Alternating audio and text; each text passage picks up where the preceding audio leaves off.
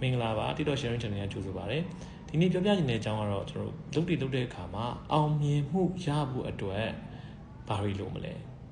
အောင်မြင်မှုကိုဘာနဲ့တိုင်းတာလေးရှိကြလဲအောင်မြင်မှုရဖို့အတွက်ဘယ် measure တိုင်းတာမှုတွေကိုအဓိကထားမလဲဆိုတော့ပြောပြချင်ပါတယ်အဲ့တော့ကျွန်တော်တော်တော်များများအလုပ်တစ်ခုကိုလုပ်ကြပြီဆိုလို့ရှိရင်ကျွန်တော်တို့ကဘာလောက်နဲ့ပြီးသွားမလဲဆိုတော့ကျွန်တော်စိတ်ဝင်စားကြတယ်ဒါကိုကျွန်တော်တို့ English လို့ပြောရင် lag measure လို့ခေါ်ပါတယ်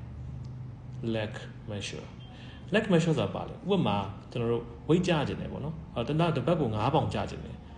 တပတ်ကို9ပေါင်ကြခြင်းတယ်ဆိုတာက lag measure ဖြစ်ပါတယ်တပတ်ပြည့်ရဲ့အချိန်မှာ9ပေါင်ကြရမယ် this is lag measure ဒါဆိုကျွန်တော်က goal ထားလိုက်ပြီးတော့သတ်မှတ်တာပေါ့နော်တပတ်ကို9ပေါင်ကြရမယ်ဒါပေမဲ့တကယ်ကြိုးစားတဲ့အခါကျတော့ဘာလုပ်လဲဆိုရင်ဒီ lag measure တွေကမဖြစ်လာတာများတယ်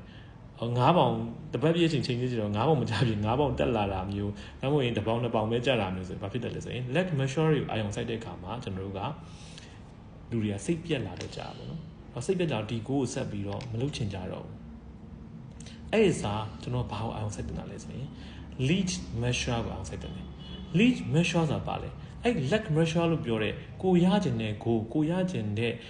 ရည်မှန်းချက်ကိုအောင်မြင်ဖို့အတွက်ကျွန်တော်တို့ကအသုံးချဖို့လိုတဲ့အချက်အလက်တွေလှုပ်ဆောင်ဖို့လိုတဲ့အချက်လက်တွေကို lead measure လို့ခေါ်ပါတယ်lead measure ဆိုတော့ဝိတ်ကြရအကြောင်းပဲပြောမယ်ဆိုရင်တပတ်ကို9ပေါင်ကြခြင်းဘာလုပ်ရမလဲနေ့စဉ်စားတဲ့ calorie ပမာဏကိုလျှော့စားဖို့လိုတယ်ဒါ one of the lead measure ပဲလျှော့စားလိုက်တာနဲ့ကျွန်တော်တို့ကဝိတ်ကြဖို့အတွက်ဥတည်သွားပြီ lag measure ကိုဥတည်သွားပြီဖြစ်ပါတယ်အဲ့လိုပဲလေ့ကျင့်ခန်းလုပ်မယ်တနေ့ကိုတစ်နာရီလေ့ကျင့်ခန်းလုပ်မယ် this is lead measure ဖြစ်ပါတယ်တပတ်ကို9ပေါင်ကြရေးဆိုရယ် lag measure ကိုအာရုံစိုက်နေမယ်အစားဒီ lead measure ဖြစ်တဲ့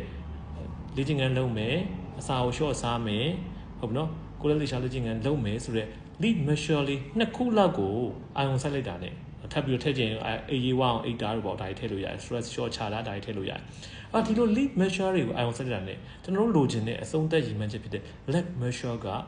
အတိုင်းအတာတစ်ခုတည်းပြည့်စုံသွားတယ်ပေါ့နော်ဆိုတော့ကျွန်တော်တို့ထပ်ပြောပြပါမယ်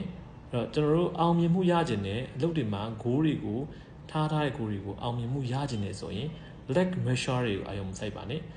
သူ့ကိုဖြစ်စေမဲ့ lead measure တွေကိုအာရုံစိုက်ဖို့လိုပါတယ်ဆိုတော့အမြင်လေးတွေ comment မှာမှတ်ခဲ့ပြပါအောင်တကယ်လို့ကျွန်တော်ပြောပြနေတဲ့ idea လေးတွေကိုသဘောကျရဆိုလို့ရှိရင်လည်းကျွန်တော်ရဲ့ channel လေးကိုအပေါင်းလေးနှိပ်အသေးလေးပေးပြီးတော့ follow ထားပြပါအောင်ဒီတက်ပိုကောင်းတဲ့ content တွေလာခဲ့ပါမယ်ကျေးဇူးတင်ပါတယ်